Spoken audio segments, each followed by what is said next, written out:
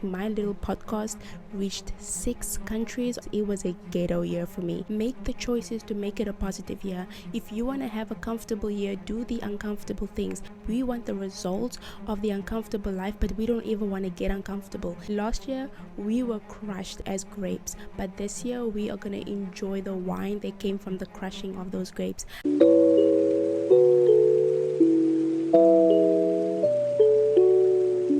Hey guys, welcome back to the Renewal in Christ podcast. Hi, if you're new, my name is Francine. Thank you so much for tuning in. And if you are a returning listener, hey, what's up? I hope you guys are doing well. I'm doing really good.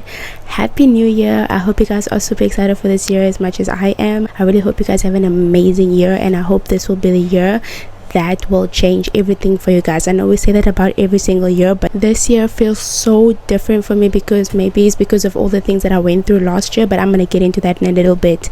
But first, I want to say thank you to everybody who tuned in last year. You guys made the year so special for me, seeing that we reached 6 countries. Like, my little podcast reached 6 countries on Spotify. That is crazy. I never thought that someone from Saudi Arabia was listening to my podcast. Like, what the heck? People from Russia were listening to my podcast. It's crazy how, words can travel, and I'm very blessed to have you guys be a part of my community, and I'm so excited to see what this year has in store for all of us. So thank you to everybody that has listened, that has shared, that has engaged. I appreciate it so much. This video is not going to be a deep dive into any specific topic like I usually do. That will follow in the following videos. This video, I just want to reflect on the year of 2024, how it's been, the things that I want to take forward, the things that I'm going to leave behind, the people I'm going to leave behind. Listen, we have to take a deep dive into reflecting how 2024 was, because it was a ghetto year for me. It was one of the worst years of my life. I had such little joy in the year of 2024. I think it was just a combination of low self-esteem in terms of just the conditions that I was shoved into, and just isolation, and just learning to accept the pruning season. I think it was definitely the year that God pruned me. God really showed me just the importance of faith and the importance of relying on Him, because for so long I had a way in which I wanted my life to go, and God completely redirected it and told me, listen, you cannot be in the driver's seat of your life. You need to give me the room to do what I need to do to take you to where I need you to go. Today I had a devotional, and it was in the book of 2 Corinthians chapter 5 verse 17, and it talks about how we belong to Jesus. And that's just where my whole year was last year. That's just the topic of my year last year. Last year was the year God brought me back to Him. That was the year that God showed me, you belong to me. I am king over your life. You are going to follow my laws and my rules. I'm the one that's supposed to show you which way to go. And I think being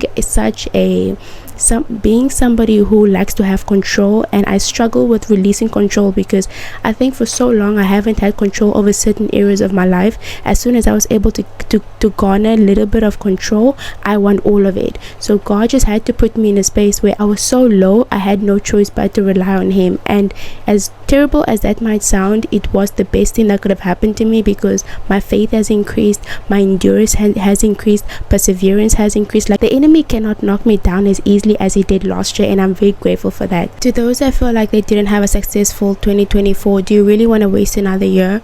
These are the changes that I'm making. These are the changes that I'm implementing, and maybe it could also resonate with you. So this year, there's certain people that I'm just not going to follow on social media anymore. If you want to have a successful year, you got to do things differently. If you want to have a year that is different from last year, make the changes. Like, you know what changes you need to make in your life. You know the people that you need to unfollow on social media. You know the channels that you need to unsubscribe from. You know the websites you need to stop watching movies from. You know the wrong things that you've been doing in your life that is hindering you. Make the bold decision to actually change your life, because nobody's going to do it for you. Wherever your life lands is going to be completely up to you. If you want to have a positive year, make the choices to make it a positive year. If you want to have a comfortable year, do the uncomfortable things. But so often we want the results of the uncomfortable life, but we don't even want to get uncomfortable. Get up early and read your word and pray. That's not the most comfortable thing to do, but it's the best thing you can do for yourself, because it's what's going to open up your day to many different possibilities, many different blessings and protection. You need to change your mindset. If you have a negative mindset all the time, like I did last year, you will never be able to have a positive year. I'm not saying that everything will go great this year. I know I will experience some hardships this year. You know why? Because everybody does. Nobody can run away from problems. They will come whether you want it or not, right? But you need to have a mindset that tells you that, hey, no matter what happens in my life, I serve a God who is mighty, who is worthy, and who is always good. So no matter what happens in my life, God will always see me through. I hope that we can take this year and take the blessings that come with it and the hardships that come with it. I hope that God will give us the strength to maneuver through it. But I wish you guys all the best for 2025. I'm so excited for all the videos that I'm about to make for you guys. I'm coming back even harder and stronger.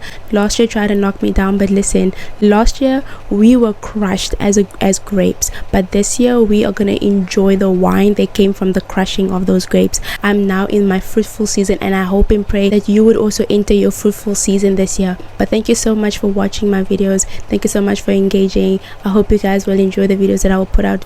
I'm also more active now on my social media accounts like TikTok and Instagram. I post so many videos there that is way different from my podcast. So if you want to see more of me, go there and follow me on Instagram and TikTok, and I'll see you guys that side. Thank you guys so much for the love and support. I love you guys so much, and I'll see you guys in my next episode.